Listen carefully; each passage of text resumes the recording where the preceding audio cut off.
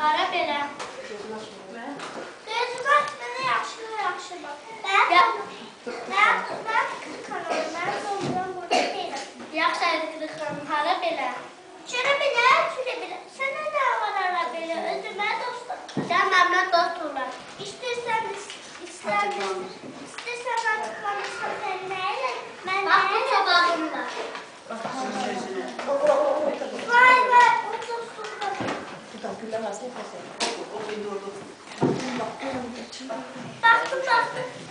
Baktım, gözlüye.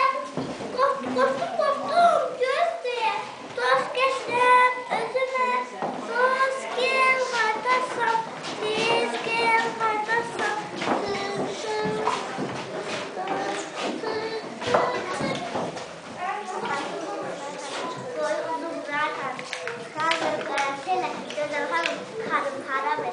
Şöyle bile, sana ne var ara bile, özüme dostlar. Gel benimle dostlar. İştirsen, İslendirsen, açıklandırsan ben neyle göğüslerin altına salırım seni, ezerim. Vay, bu dostluğuna bak.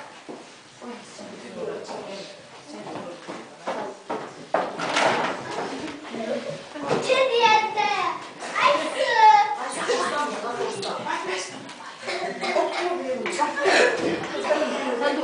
Tuttum çölün düzüne, sürme çektim gözüme.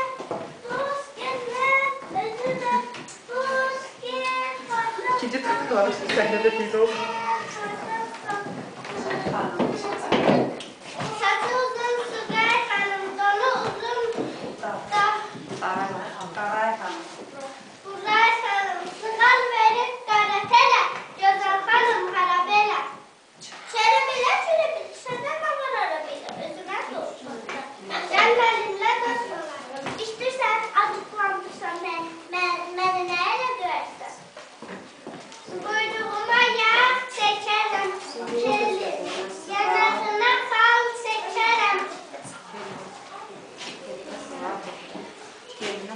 Yok, eline sıkal çekerim. Etmezsem benim, yaxşı oldu git dostum. Öpsün.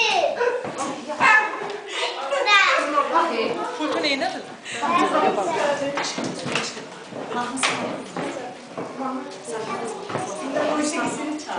Boşuna yok.